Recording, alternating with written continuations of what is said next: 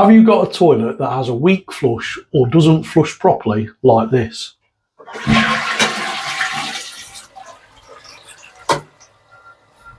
It's as simple as adjusting the water level within the cistern.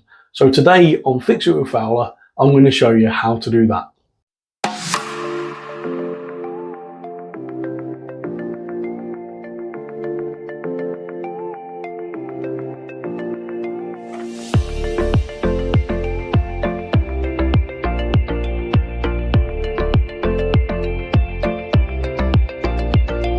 The first thing you need to do is to isolate the water to the toilet. Now normally there's an isolator valve like this located next to the toilet, and all you need to do is get a flat bladed screwdriver, put into the isolator, turn to a horizontal position, and that should be the water isolated. To check that the water is isolated, press the flush,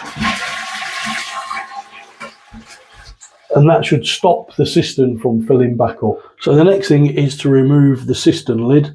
And on this particular model, it just lifts off. Sometimes they have attachments and they're like a spring clip that you can take off. Once you've got that out of the way, we can now see inside the cistern. So as you can see inside the cistern, we've got an overflow on the right hand side. In the middle is your dual flush unit, and on the left is the filler unit that we're going to adjust. So as you can see inside the cistern, the black mark indicates where the water level is, and as you can see, it's only about probably a half full at the most. And what we really need to do is increase this water level within the cistern, and we're miles away from this overflow. So we're going to raise this up and increase the volume of water in the cistern, which will increase the power of the flush. So the first thing we're going to do is remove this dual flush unit.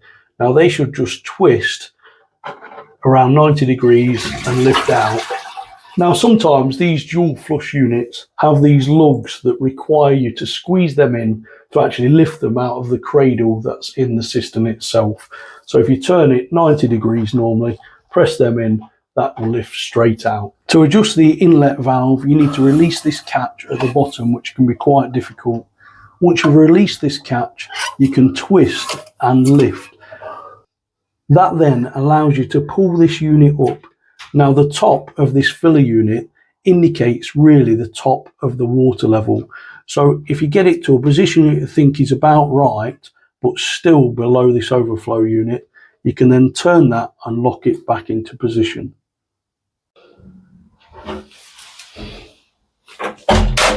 Right, have you subscribed to my channel? If not, why not? All you need to do is go down below, click that subscribe button. That way you won't miss out on any of my great future videos. Now, let me finish what I've started. So now we need to reassemble the parts in the cistern, and it's just the reverse of what we did at the start. So get the dual flush unit and insert into the cradle, turn 90 degrees, and then we've got an overflow hose that goes from the inlet valve to the overflow, and then finally we can get the cistern lid and put into position.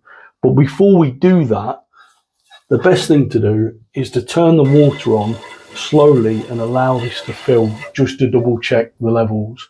One final adjustment you can make if you want to tweak it slightly is to adjust this screw here, and that allows the float to be raised or lowered depending on the water level. So now we can replace the lid on the cistern itself. Open the toilet, get some toilet paper and put down just to test. Give the toilet a flush.